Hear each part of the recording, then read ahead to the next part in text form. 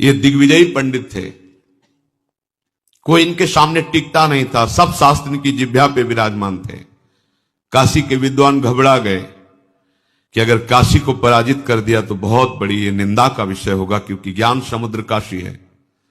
उन्होंने कहा इससे तो जीत पाना बड़ा कठिन, इसकी तो जिह्वा पे सरस्वती बैठी हुई है। उन्होंने कहा कि यदि हमारे यहाँ के सबसे बड़े पूज्य महापुरुष कबीरदास जी अगर वो हार गए तो पूरी काशी हार गई, तुम उनको परास्त करो जाकर। यहां किस किस से आप विद्वता पूर्वक वाक युद्ध करेंगे, एक से एक विद्वान है, सालों लग जाएगा।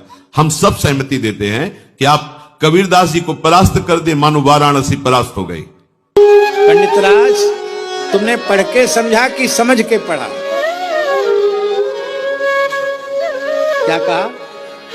तुमने पढ़ के समझा कि समझ के पढ़ा? तो सुनी कबीर की बहन को पंडित गयो चकराए। आखिर तो पद्मनाभ जी विद्वान थे, वो चकरा गए कि क्या पूछ रहे हैं ये संत।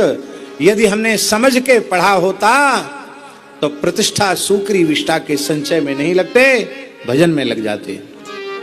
अब पढ़ के समझा होता तो भी भजन में लगते। देखो कैसा भगवान की माया का प्रबल स्वरूप। समस्त शास्त्रों का ज्ञानी है, लेकिन वास्तविक शास्त्र ज्ञान से रहित है।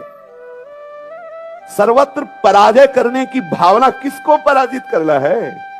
वेद वेदांतों का ज्ञान क्या है? एक ही ब्रह्म के सिवा दूसरा कोई नहीं है। पर ये भगवत कृपा पात्र महापुरुषों से ही जो ज्ञान प्राप्त होता है, वही ज्ञान हमारे जड़ चेतन ग्रंथि का भेदन करता है। नहीं तो देख लो, साफ शास्त्रों का ज्ञाता है और है क्या? पशुता। ये पशुता है। विद्वता के द्वारा दूसरे को दुख देना, उसको परास्त कर देना, उसकी अवहेलना कर देना, इसी को तो पशुता कहते हैं। अपने यश की चाह, अपने सुख की चाह, अपनी प्रशंसा की चाह, यही तो पशुता। बहुत बड़े विद्वान मिले काशी में, जब हम घाटों पे रहते थे वैराग्य से, तो उन्होंने कहा स्वामी जी आप कितना पढ़े? उनका कक्षा 9। उनका जीवन बेकार है, कम से कम व्याकरण तो पढ़ लीजिए। उनका हमारी आस्था नहीं है, हमारी आस्था भजन और तपस्या में है। तो उनका क्या ज्ञान प्राप्त हो जाएगा भजन और तपस्या से बिना व्याकरण पढ़े?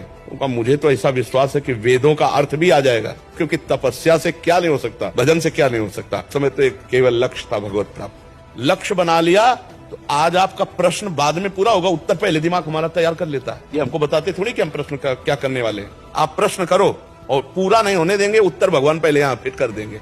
क्यों? क्योंकि उत्तर हम नहीं दे रहे, हमारे भगवान बैठ करके दिमाग में देते हैं। चाहे जितना पढ़ा लिखा हो, उत्तर के लिए समय चाहिए। कितना पढ़ जाते, क्या बनते? और आज भगवान की शरण में तो जो बने हैं वो सब यही दर्शन देने आते हैं।